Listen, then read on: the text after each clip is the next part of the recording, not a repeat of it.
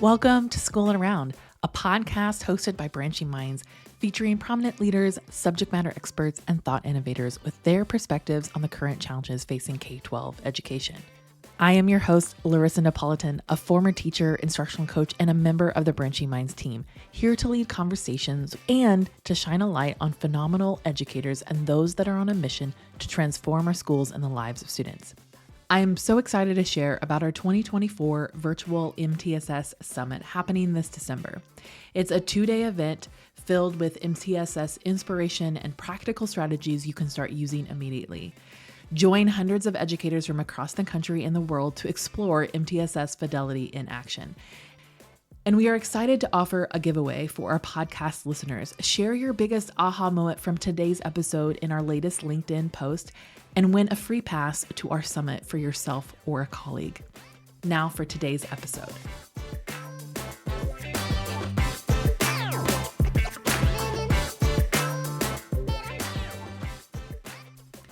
Having a reliable way to identify students at risk is at the core of what MTSS is about. Today on the podcast, I'm excited to have Sarah Frazelle, a senior researcher and MTSS trainer at American Institutes for Research, or AIR, to chat about early warning indicators and early warning systems. Sarah, I know you've been doing this work for a while, but I would love for you to start out by sharing a little bit of background about how you came into this work and why this area of education has been a passion of yours. Yeah. So my background was actually economics and statistics. And I was very interested in looking at microeconomics, intergenerational poverty. How do we kind of help our society move into a more wealthy society with sustainable outcomes for folks? And education kept rising to the top of that. So I switched into more of the education side of the work, still using those statistical models. So when I first started, it was more around how do you analyze the data for those future student outcomes, like high school graduation in 4 years, college preparedness, then going back down into like 9th grade preparedness. And then, the further that we got into it, it was like, well, what do we have for elementary school kids? And so looking at outcomes of 3rd grade reading. Early warning systems usually takes attendance, behavior, and course performance data and tries to predict, where's that cut point, that threshold that we know that students usually start to struggle on. So that's the beginning, is really that data analysis side. And then as I kind of moved more into the work, it became much more apparent that, obviously the data alone is not going to change outcomes. And so then I started going a little bit more into, okay, well, what's the easiest way to implement these? What's the most effective way to implement these kinds of systems? And the high school graduation piece was a big starting point for me. I think one of the reasons why I'm very passionate about it is I'm actually the only child out of my family, out of 5, including my siblings and my step siblings, to graduate high school. And so it's a very close and personal, topic for me. And I think that every child has the ability to succeed. It's that we all don't work in the same ways. And so how do we get down into those root causes as soon as we start to see that a student is struggling, so that they don't lose hope and end up dropping out or being pushed out of school? Wow. I think that, I've talked to lots of different educators, and one of the things I see is that there's always something that, like, personal or even just a childhood experience that sort of is attached to this work that we do and, we're passionate about. Like, one of the reasons I was a middle school teacher was I didn't have the best middle school experience, and I always wanted to, like, be a light to the students that so I think that is just such a valuable piece of our work, is like even just that personal attachment to it. So that's very interesting that you say that. So when you, like, how long have you been working on this? Because I feel like early warning indicators, it makes sense to me that it is not a new thing, but I feel like I haven't heard about it until recently. It's really interesting that you say that, because when I started working on it in 2012, and it had already been kind of pioneered by Bob Belfance out in Johns Hopkins, and he was kind of the father of early warning indicator systems. But when I explain what I do to folks and I say, yeah, we use attendance data and behavior data and course performance to provide supports to students. Everybody's like, well, aren't we already doing that? It's like, yes, and yes, and I would say the systemized piece is different. And the other big piece is really trying to get proactive. I think a lot of times schools are just overwhelmed with a lot of different priorities and supporting a lot of kids. And so even trying to be very systematic about what thresholds we're using. So that's a big piece of the early warning system that I would say is different from some of those other alphabet soup systems of MTSS, PPIS, RTI, all of those.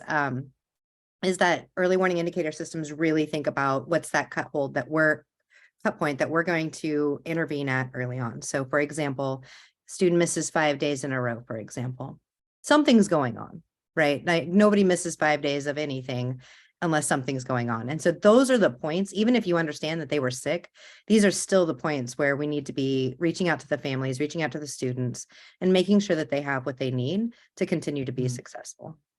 So I would say I don't think it's a new thing. I think using data has been around for a long time, but that threshold piece is really what kind of sets it apart, and also is the actionable piece to just have more equitable student outcomes as well. That it's not just the kids that are on our hearts and minds that we're supporting, because that happens a lot.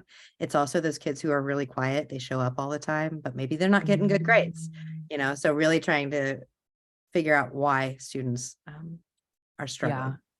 Well, and that's I think the part of making it more systematic makes sense, because, if we are just going by our gut, or like, oh, these are the ones we care about the most, we notice when they're gone. Like, we're missing that piece of, like, there are those that are quiet and we forget that they're there, or, there's something else going on, whether that, they're a really good student, but their grades aren't, or they're present every day, but their grades aren't like matching that, and so I think I understand that, how that's systematic and being proactive in it, where like you're find out, or like, what's the point where we need to intervene and make a change.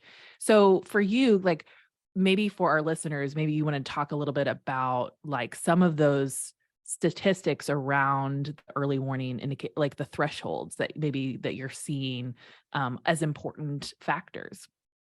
Yeah, I would say, so definitely from the times when I was working more on the analytical side, we see very different thresholds actually across different districts. So I've worked with tiny districts and tiny rural districts in Montana, all the way up into like kind of larger urban districts like Portland Public in Oregon, for example. And the cut points look different for each one.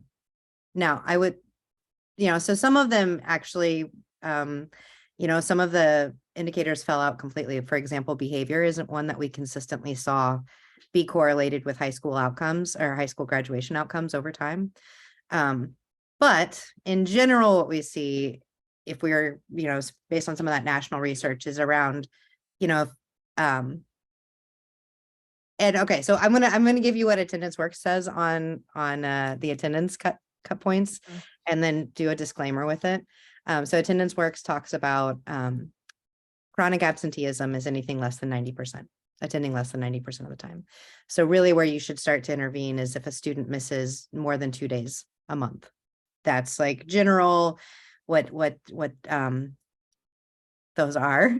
Now, I would say one of the problems with that right now since the pandemic is that we don't really have those outcome variables for 4 years afterwards, right? So we don't have any data that's really able to confirm that that threshold is still the point. And what I've noticed from working with districts in my region is that our absentee rates are much higher right now. And so if you tried to set the threshold at 90%, you're flagging 80% of the kids. Now that's way too much for any team to be able to get their arms around. So what I'm advising districts right now to do is look at what your average absenteeism rate is, like chronic absenteeism rate, not your average daily attendance, but actually by student, what's the average that students are missing? And then start there as, okay, now how do we support kids who are like 5% less or way far off track? And that can just help us kind of get our arms around a little bit more. So that's the attendance piece. I think that needs to unpack a little bit more. Behavior, they usually say 1 to 2 incidences, whether that's exclusionary, or something within the building. Office discipline referrals are something that's hard to track, but can also be an early warning system. If you have a kid that's continually getting office discipline referrals, it might be a time to have some conversations. And then with course performance, even failing 1 grade can be indicative of whether a student graduates in 4 years, I think, or 9th grade preparedness if we're looking at middle school data. And I think that really could be broken down in more ways. So if you're looking at your freshman year, for example, and you know that the student needs 4 years of math or 4 years of English, and they miss and they fail a semester even in their freshman year, they're going to be behind. So being able to like even think about what are those core subjects. And I would say even looking at your electives, if a student is missing PE all the time, or failing PE, what are some of those underlying root causes that might be going on with that student? Maybe they're being bullied. Maybe there's a situation with the teacher that we can start to kind of unpack as well. Yeah. Well, and that's, I mean, I know as a middle school teacher, and I was on a team of teachers, looking at not just their core classes, but like how they do in other things is really important. It's about addressing the whole child need, because like we said, a student can show up every day, but if their performance sometimes doesn't match that, we want to solve those problems too. Yeah. Oh, and I think it also gets into, students are complex. They're humans, just like us. And we're comprised of, when we show up every day, we are comprised of, whatever happened that morning, whatever is going on kind of consistently in the background, and being able to look across all those different indicators is really important. And I would also say less is more. So a lot of times when we talk to teacher teams or school-based teams, there's so much data that they have access to that it's hard to focus on, well, which students are we really trying to support here? We get lost in all of that. And so I think that's the other powerful thing about early warning indicators is we're saying like 3 things. Look at these 3 things, look at the interaction between them, and then we can start to have those conversations about what might support those students the best. Well, and less is more. We talk about that here at Branching Minds a lot, about just, the right kind of data, we don't need to be vampires of data, as our product manager says. She's like, we don't need to take it all. Just a few things. I think that is, man, as a teacher, that makes so much sense to me, because those things, behavior, attendance, grades, like those are big things. And I would say those are really easy things to talk to parents about too, because those are easy things to partner with parents about, like having them attend school and their behavior and stuff like that. It's easier maybe than to unpack than maybe like a reading score or math score, some of those other things, those are necessary too, but that's a good starting point, I think, for many parents and families. Yeah. And then it's not that you dump the rest of the data necessarily. Yeah. Oh, no. Although I do like that phrase, like, don't be a data vampire, ask for what you need. And that's sufficient. But having those other data elements can help you kind of unpack what is going on. Like you just said, get down into the root cause. So, I get a lot of pushback sometimes of like, well, we also have all this other data, and these are very important. And they are very important: homelessness, migrant status, ELL status, things like that. But I try to encourage folks to really think about that as a group of students. Those are things we can't change. So anything that's outside of our locus of control, we kind of need to like, okay, that's a contextual factor. It's not something that we need to, that should be putting kids into boxes, for example. Yeah. Yeah. Well, and it's kind of like those maybe, secondary factors and I like what you said about things that are outside of our control, because oftentimes as educators, there is a frustration of like, there's only so much that we can control with a student, within the bounds of the walls of the school. And so I think that's really true. And and I think sometimes attendance feels almost out of our control, but I think that's where partnering with parents, and solving some of those issues too are important. So you not only do research around this kind of work, but you also do a lot of training and working with school districts. And you kind of mentioned this a little bit. What are some barriers or even like areas that are struggle for districts looking to kind of implement a systematic way to look at early warning indicators? Yeah. So the last 2 years we've really been, well, since the pandemic, we've really been honing in on attendance because it's been, it's actually a behavior as well. So Mhm. there's that piece, but really focusing in on attendance. And I would say some of those most common barriers are, I mean, number one, I want to acknowledge the fact that everybody's on fire.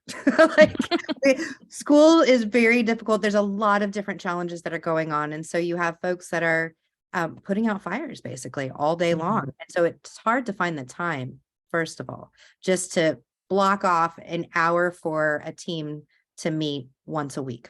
And that would be best practices. Meet once a week, go over your student data at least every 2 weeks. And that can be hard to carve out a chunk of time to do that. I would say another barrier is usually the data itself. Mhm.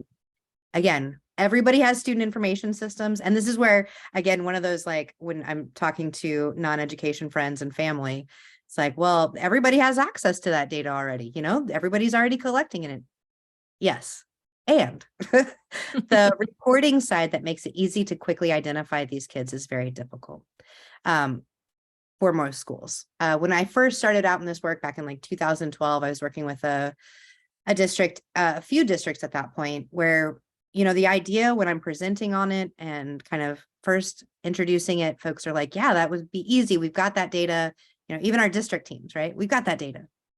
Well, then we get into it and it's like, yeah, but we can't put the data together in these ways that kind of flag students quickly, especially if we're looking across multiple indicators. We're trying to be quick about it in our meeting. Really, that data needs to be prepared beforehand. And then the other piece that we talk a lot about is how to prioritize those students. So those students with a recent change, for example, if they've, had really great attendance or really great grades, and then all of a sudden there's a drop in that, that's a moment to intervene, right? Before it gets any worse. That's a hard variable to track. Our systems are not set up to track, from time period 1 to time period 2, those changes. And I would say the other piece of that can be beneficial is looking at kids who have had poor behavior. We intervene, and now they're doing much better, right? And so that's the time to also give that praise and reward side to continue that kind of behavior for the student. But I would say that data piece, looking and getting the data in the way that we want it to be. And then the tiered system side of it is complicated. The interventions, the supports, which ones, when do we provide those? A lot of times when I first start working with the district, it's like, folks want a magic bullet. There's no magic bullet, folks. And if anybody tells you that they have it, they're lying. So, I mean, I was really hoping that that's what you were going to come on here and tell us is like, what's the magic bullet, Sarah? Yeah, I wish I had that in my back pocket, work myself out of a job real quick. I would do it. Wouldn't No, we but all? I do think just getting systematic around the interventions is another difficult thing. We have so many different programs going on in the schools. Maybe we have a student support team, and we maybe have an MTSS team, and we maybe have teacher grade level team meetings, and we have, X and Y and Z. And so a lot of times everybody's kind of doing things in silos, and there's not a lot of communication across teams. And that communication piece is really critical to setting up the system. And it's something that we normally haven't done. So trying to get people to kind of reinvent the way that we're approaching it. I always encourage us not to actually reinvent. If you've already got a team that's looking at data, let's integrate some of this early warning system data into what the team's looking at to help drive some of those conversations. But otherwise, it's like sometimes we see 4 different teams looking at one student and trying to provide supports, and the right hand comes off looking like the left hand doesn't know what it's doing. So I think that systems piece is really carving out the time, that communication piece, the data, and then really thinking about what those interventions are, what we have across the whole entire school. So I go through an activity with teams a lot of times with just list out what interventions you have that about, and just your team. And now let's kind of spread this out and see what we have. And which one of these interventions support which indicators, for example? So like check in, check out is a nationally research-based intervention where the student's checking in with a particular person. Mentorship is another one that's research-based. And so maybe we have those programs, and those help support the student in multiple areas, And so as we're kind of filling this out and we're trying to identify like what supports we have for students, I also encourage them to think about like what's the capacity that they have available to support those students, so that we can kind of back out and also think about, all right, we know that we have supports for 50 students, but we look at our data and we actually have 100 students that need supports. That's a gap. That's kind of the supply and demand analysis of like how many kids need support and what do we actually have. And when we see gaps, then what do we do? When we see that things aren't working, what do we do? Or do we even have a process for evaluating whether what we're putting the students in is working or not? And once we start to identify those gaps, then reaching out to our community-based organizations, our churches, those folks around us that care about kids that we know want to support us, the more direct that we can be about like, okay, we need more mentors. We need more tutors. We need, when we're really specific about our asks, a lot of times the community will step up and start to help out. And again, those smaller rural districts, like they don't have a lot of resources often. And so even local businesses in Montana, I remember some of those districts would partner with the local businesses to kind of help support different initiatives around attendance, around grades. Yeah. Yeah. Well, and I think that's really, there's a couple of things I wanted to comment on what you said. I think the systematic piece is really important. And we do a lot of work with helping support districts, like really thinking about the framework that you sort of operate under and kind of bringing those things together. And something recently I read, it was about how like maybe there's some things that we've always done that we maybe need to subtract and like stop doing so that we can like not work in silos, right? It's like, well, we've always had this team. Well, if you have like, are we duplicating efforts? And I think that is, I think that's a really important thing for school districts to think about, and even just schools of like, where are we duplicating things where we just need to come together? Cause that's, we don't want to, we only have so much, time and resources and energy and capacity. I like what you said about capacity, because I think that's really key right now. Like you said, when districts are kind of on fire, or educators in general, and there's a limited capacity to be able to do the things that we want to do, we really want to examine that. And being very specific with asks, because I think that there are a lot of people that want to help schools, right? There's so many people that are supportive of schools, and whether that be, churches or businesses or community organizations, like they want to be supportive, but sometimes they're like, we don't know how, like, we don't know what it is. So those are really great points. Even those little pieces of, how many students are we putting into some of these interventions, and are they actually getting better? That's a piece that I see teams struggle with as well. We've got all the initiative and the build up with like putting the kids in the interventions and supports, and then we're not following up to see if they're actually making the difference. So that's another way to kind of like you were just saying, that's what reminded me of it is, we've done this forever. Or especially if somebody kind of brought that intervention into the school, they kind of marry their interventions, and it's like, you know when to break up, folks. Like this is not having the intended outcome. Well, yeah, really examining that data, or the metrics of like, was this successful? Was there a return on the investment of what we're putting into this? And I think that is that, ROI, like it could be several different reasons, like rate of progress and then rate of, return on investment. But I think that many times having the capacity to not only like do those interventions, but actually spend the time to look at the data is really key, and to come back and reflect, and making those quicker, because I think oftentimes we're like, oh, well, a week's been by, it's kind of successful, but like, with kids, I think some of those changes need to happen quicker. Oftentimes we don't act soon enough. And so I think that is important, and having a systematic way to do it is also like part of the help, because it is like you were talking about collecting the data from the student information system. It's like, well, we don't know how to run that right report, or like combining all of the Excel sheets into one thing, like in the right way. I used to do that with our assessment data, and I'd spend hours trying to like, aggregate everything into the the right kind of information. And so, yeah, I think having districts really think through like those kind of things are really important, because it matters to those kids, and helping them as soon as possible, I guess, is Yeah. the And one other thought about just the systems piece is a lot of times our brains automatically go to those kids who are furthest off track, right? Those are the kids that are running, they're missing class, they're walking around in the hallways, they're having a lot of struggles.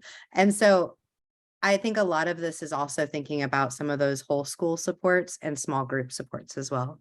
So when we think about whole school, for example, I was just listening to some work from Johns Hopkins, and they were talking about the new ABCs being agency, belonging, and connectedness.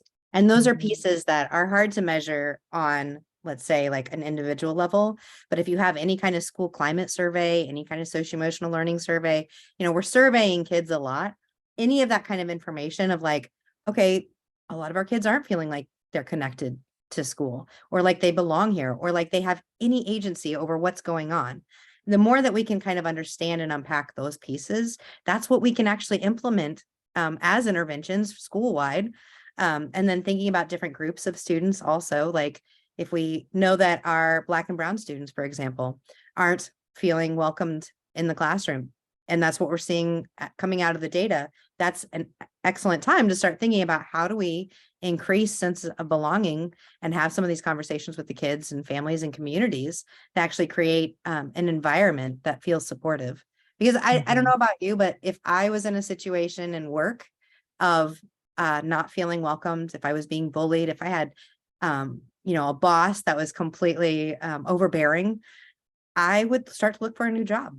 And that's not the type of agency that our kids have, but they're starting to vote with their feet, I feel like, a little bit more. And that might, especially since the pandemic, of I can learn on my own. And there are other things that I might, high school students, I might need to work. I might need to take care of younger siblings.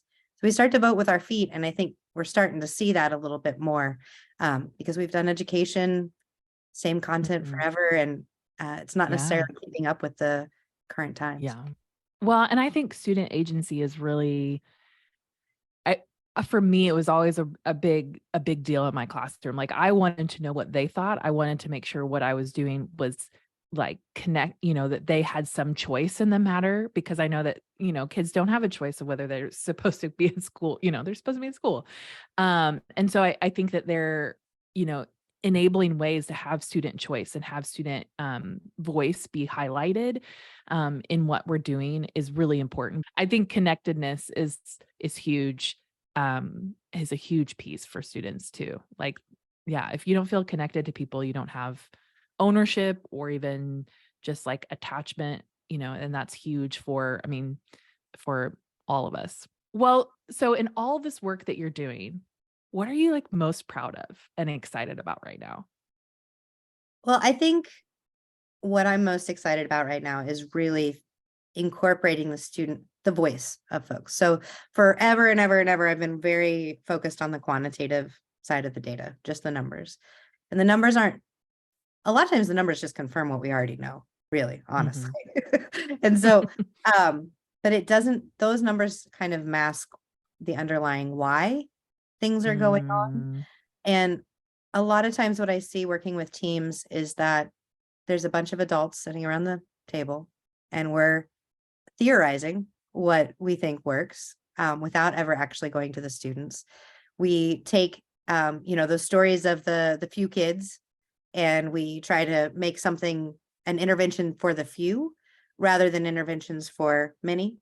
And so some of the work that I'm really excited about right now is doing things like student fish bowls, where we have the students on the inside. You have a facilitator come in, ask asset-based questions, not like, why didn't you show up to school? Why aren't you doing this? but more of like, what makes you show up to school? What makes you excited to come to a class? Things like that. So you have the students in the middle that are answering these questions, and you have the administrators or the team on the outside just listening for that whole entire conversation. And then we flip it, and the administrators are on the out, kind of asked, what did you hear? What kind of changes can you commit to? And checking for understanding with the kids after that. And so you have this kind of back and forth dialogue almost that's in a very structured way, making sure to invite the students who are the most affected. That's another kind of stumbling block I see a lot of times as we go towards the students who are we've already always gone to, they're the ones who always volunteer. And those students might not have the whole picture of what's going on with the students who, maybe don't feel as connected to school. So I think being able to take that quantitative lens of like, here is the numbers, here are the students that we want to think about, here are, broadly the issues that we're dealing with, and then funneling it down more into these conversations with students is really powerful. It can give us a lot of insight. The thing that I would suggest if folks that I keep trying to tell my teams about is when you do this, when you engage students, always make sure that you're following up with what you did with their voice. Now, whether that's surveys or these kind of more intensive listening sessions with students, being able to know how your voice is being used encourages you to use it in the future. If you think about yourself or myself, if I'm continually asked something and I have no idea what happens, or I don't feel like anything changes from what I've been talking about, I'm less likely to give my voice in the future, right? So, I mean, that's one big piece, is just thinking about how do we get that information back to the students? The other piece is that I'm excited about again is that teacher voice piece. We have such rich expertise within our buildings. We have some new teachers that have new exciting things to try out. We have experienced teachers who have some tried and true methods, and being able to give some space around a topic, I have found, number one, increases the teacher buy-in for whatever changes we're wanting to make in the school. And also gives us a lot of ideas that maybe we didn't think about. In those listening sessions with the teachers, our biggest question was, the reason why we started it was because we saw that the attendance data wasn't always accurate. And so when we, as the team, were sitting, it's like, I mean, we're going to ask what some of the barriers to taking attendance are. Does anybody have an example what that might be? The team was like, no, I can't think of any reason why. Well, then we start to get into the teacher conversations, and there's several reasons why. Some of them were very easy systems pieces that just need a little bit of a tweak and would make their lives so much easier. And some of them are broader pieces that probably need a little bit more unpacking, but it at least gave us a couple of action steps that we could take back to the team and say, okay, here are low-hanging fruit interventions or supports for teachers that we can provide. Yeah. Oh, I was laughing because I was thinking about how one year I don't know what was happening, but it was like very notorious that we would get an email at least once or twice a day. Please don't forget to take attendance. Please don't forget to take attendance. And there were times where it'd get to the end of the day and I'd realize I had not taken attendance because it was, I don't know, things happening in the hallway between class periods, or like you had just a really active class that you had to get going. Like you didn't have a minute to like breathe, and to sit down and take attendance or whatever. And I just think about, and it's a kind of a running joke. I think I've seen memes around it with teachers of just like, I took attendance every day, every class period today. Like I get a prize, like just things that teachers, it's like such I think many teachers will relate to that. Like remembering to take attendance, especially secondary teachers when it's like 6 hours a day where you have to like record it in there. Yeah. Or you take attendance and then a kid pops in that he was late to class, or he was 20 minutes late and he didn't have a pass. And, like I'm sure that's what you've uncovered of like certain things that were just certain things like life that happens, within the classroom. And I think I really want to praise those teachers also for being vulnerable with us and actually admitting like, dude, sometimes at the end of the day, I just try to remember who was in which class, and so I mean, we made the space safe. We made the space to have those conversations so that folks could be vulnerable. I think that that's another important piece. If you're considering running either student groups or family groups, community groups, parent, teacher, whatever, is to make sure that you have some of those relationships and provide a safe space, that none of it, again, asset-based, not deficit-based, and you're going to get a lot more out of it. Yeah.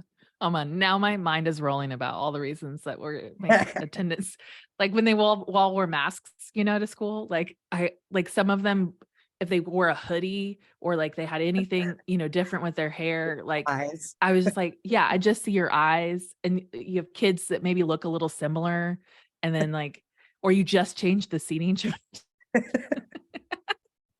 Those are all real, very real experiences for teachers. Yeah. I could probably talk about that for a while, but so our podcast is called Schooling Around. So I'm going to kind of wrap up with a fun school question. And I'm kind of gathering as a researcher, you maybe I'm assuming wrong, because I could assume wrong, but did you enjoy school growing up?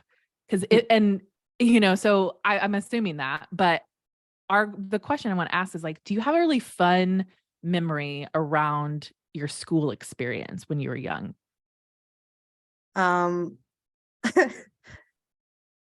I was good at school. I wouldn't say I enjoyed school necessarily, which I think is another passion of why I'm in this work, actually, is look, it doesn't have to be this way. It doesn't have to be so painful. No, but I mean, my family moved around a lot as we were growing up. So a lot of my school experience was just trying to navigate different cultures and different climates of schools every time I walked in as a new kid. I would say we probably switched schools 8 times growing up. Oh, wow. Yeah. So there was that piece. But I would say, by the time I got into high school, some of my most impactful classes were not my core classes. So debate, for example, I think helped me become the researcher that I am today. And it breaks my heart sometimes when we're talking about cutting arts and things like that, because we just want to focus on the core. Debate really taught me to be this kind of multifaceted thinker, looking at both sides of an issue, because you're always going to have to debate both sides, convincingly. So gathering your research, making sure that you're plugging any holes that might be in your arguments, really made me into the researcher that I am today. And it was a great fun to do that. I think theater and music, I mean, those are the pieces why I showed up, and the teachers that I made those connections with. And so, yeah, I mean, I think those were my fun experiences in school. That's really great. I love that. I, as a also former theater kid, and music, all of that, I think electives and specials classes are so important for kids. Like you said, they're the reason some kids show up every day, because they get to do something fun. So that's really great. I always kind of like to ask that question, because everyone has, unique experience. Some people are like, recess was my favorite. Or, things like that. Well, thank you so much for talking with me today and just sharing all of your knowledge and experience and just your insight. I think that's so valuable for teachers. The work that you're doing is important. And I'm sure that the Northwest is glad to have you up there. Well, thank you so much. And thank you for having me. This has been a really fun conversation. You're welcome. Thank you. Thanks for listening to Schoolin' Around, a podcast hosted by Branching Minds. Go ahead and subscribe to our feed wherever you listen to podcasts. And don't forget, if you are enjoying our content, would you do us a favor and rate and review our podcast on iTunes? This helps others find our podcast and lets us know how much you love what we're creating. Branching Minds is an educational technology company using learning sciences and technology to help districts effectively personalize learning through MTSS. To learn more about us, check out our website, branchingminds.com, or follow us on Twitter, Facebook, or LinkedIn at Branching Minds.